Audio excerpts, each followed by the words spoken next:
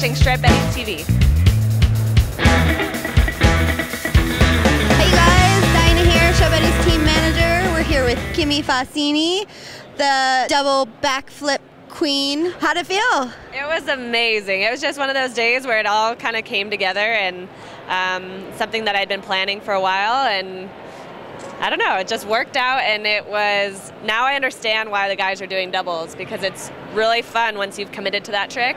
Really? And there's so many varieties that you can do. It's just going to be a matter of time before women start catching on and figuring it out. I was really impressed with the grabbing, because you don't usually see that, especially in new tricks like that. When I do backflips normally, I would grab where I grab, like behind my front foot, and I did that on my second attempt, and as soon as I grabbed, it started spinning me into what you could say is like double backflips to switch, or 180 or whatever, or double back rodeo, however you want to say it. But it actually, that's something I'm going to have to work on again and actually land that switch, because now it was so much easier to have the grab rather than just going for the double back. So it's fun. Yeah, it was in southern Colorado, and I was actually on a trip with Shereel Moss and Hannah. And it's going to be a snowboard mag feature next year. So that's why we're keeping the landing under wraps. I have a video part coming out. We want to make that a banger shot for that. Video part in what? In Standards, the new movie, the TB20 movie that will be out in the fall. And then also with the article. So it's like a lot of build-up. We wanted to just kind of put it out there that it was going down, and now people can get excited and wait till the final product comes out. You do a lot of backcountry now. We don't see it at contests very much at all.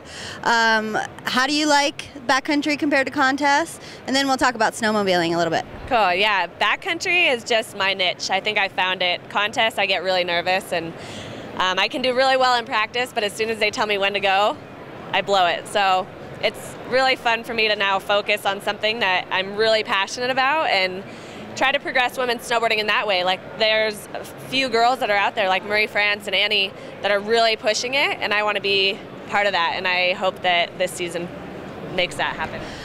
How do you feel about backcountry? Did you go out and take avalanche courses? Do you carry beacons and probes and all that, right? Yeah, I was actually unprepared for the first 2 years, but I just tried to absorb as much information as possible from everybody out there, and was still really cautious. Read a lot of books, and this year in December I took my Avi 1 course. So I'm all prepared now, and I know, and I've been validated with all the information. And it's just about knowing your terrain, and it still can happen to you, but it's just about being educated, and especially with the people you're out there with, because they're the ones that are going to save your life. So definitely get educated. Do you feel like filming with Standard kind of gives you the opportunity that not a lot of women get, working with the guys and kind of seeing what they're doing? Yeah, definitely. Last year was my first year filming with Standard, and it was definitely a stepping stone. I realized how hard it was to get shots in a guy's movie, and how much effort really was going on behind the filmmaking process. And now I think I'm ready, and I know what I need to do, and I'm ready to go out there and start working with a lot of the guys, and hopefully some of my teammates up in Whistler, and make it happen.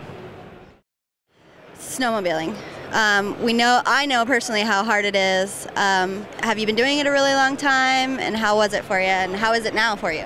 I started snowmobiling when I was up in Whistler 3 years ago, and I went out with Leanne Pelosi and a couple of guys, and they kind of just taught me the basics, but it's definitely been just experience. You have to get out there and you have to learn how to do it yourself. You have to roll your sled, you have to crash it, and only in time does it get better and easier, and you just learn how to control it. And we're little girls, you know, and so being on a big machine like that, you just have to make sure that you know what you're doing. But do you have your own personal sled? I do. I have my own sled. What do you got? I have a Summit 600, and it's an 800 now. I burned my 600 down last year. But I have a Summit 800, and it's a 2006.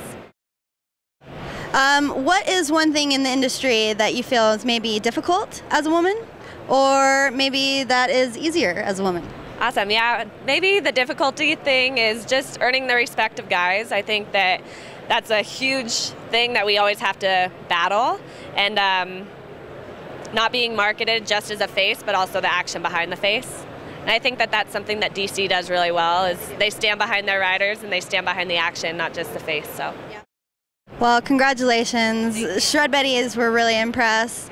We were very happy to hear that, especially since we've had a little controversy about equal pay for women and that they need to start doing double hucks and all that jazz. So, and I think a huge part of it is that we can talk about it and we can keep pushing it, but it's just the women that have to start stepping up and actually doing it. And not that, I mean, it took me a long time to actually get the guts to do it. And I think once women start figuring out that they'll be okay, especially in the backcountry, you have soft landings, and now with airbags and all that, there's so much more preparation that women can actually be prepared and do it properly without just going out there and hurting themselves.